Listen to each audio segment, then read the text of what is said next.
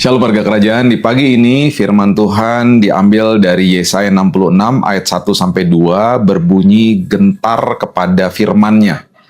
Firman Tuhan berbunyi begini, beginilah firman Tuhan, langit adalah tahtaku, bumi adalah tumpuan kakiku, rumah apakah yang akan kamu dirikan bagiku, dan tempat apakah yang akan menjadi perhentianku?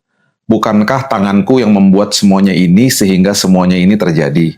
Demikianlah firman Tuhan. Tetapi kepada orang inilah aku memandang, kepada orang yang tertindas, patah semangatnya, dan gentar kepada firmanku. Nah, Tuhan mengatakan bahwa langit itu adalah tahtanya, bumi itu adalah tumpuan kakinya. Ini menggambarkan kuasa dan keagungan Tuhan kita.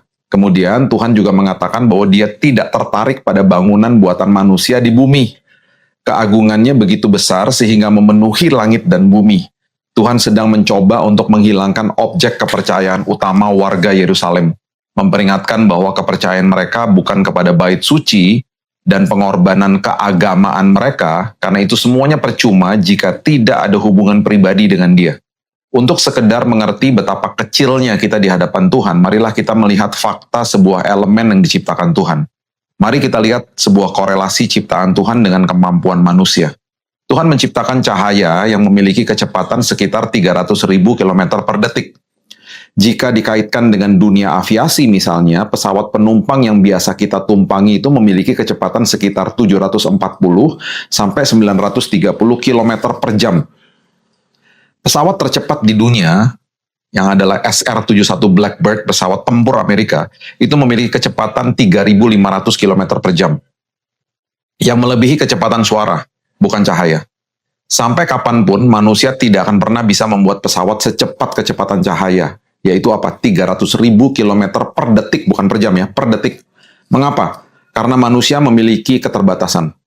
Dengan keterbatasan manusia, kita memerlukan waktu 22 tahun untuk sampai ke matahari menggunakan pesawat tercepat di dunia. Tetapi hanya 8 menit ketika menggunakan pesawat dengan kecepatan cahaya yang tidak akan pernah bisa mungkin dibuat oleh manusia. Baru satu elemen ini saja, kita bisa melihat betapa kecilnya manusia di hadapan Tuhan yang berkuasa dan agung. Perhatikan ayat bacaan yang tadi barusan kita baca. Tuhan yang agung tidak tertarik dengan pengorbanan manusia, tetapi Dia peduli dengan manusia yang gentar kepada firman-Nya. Manusia yang taat berarti. Ini berarti pengorbanan manusia tidak akan ada artinya tanpa sebuah ketaatan. Firman Tuhan katakan bahwa matanya justru tertuju pada ketaatan manusia, bukan pada pengorbanannya.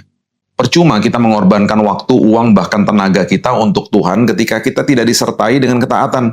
Ketaatan lebih dahsyat daripada pengorbanan. Inilah pentingnya sebuah ketaatan di hadapan Tuhan yang menciptakan segala sesuatu. Mata Tuhan tidak tertuju kepada gedung gereja yang megah, tata ibadah yang meriah, atribut kekristenan, bahkan posisi kita di dalam organisasi gereja. Mata Tuhan selalu tertuju kepada hati yang taat. Mari kita berdoa.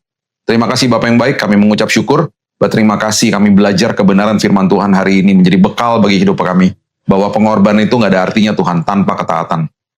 Itu sebabnya hari ini Tuhan, kami mau hati kami dipenuhi dengan ketaatan akan firman-Mu, dan itu sebabnya kami mau supaya hidup kami itu mencerminkan kasih Tuhan dan ketaatan kami kepada firman Tuhan hari lepas hari.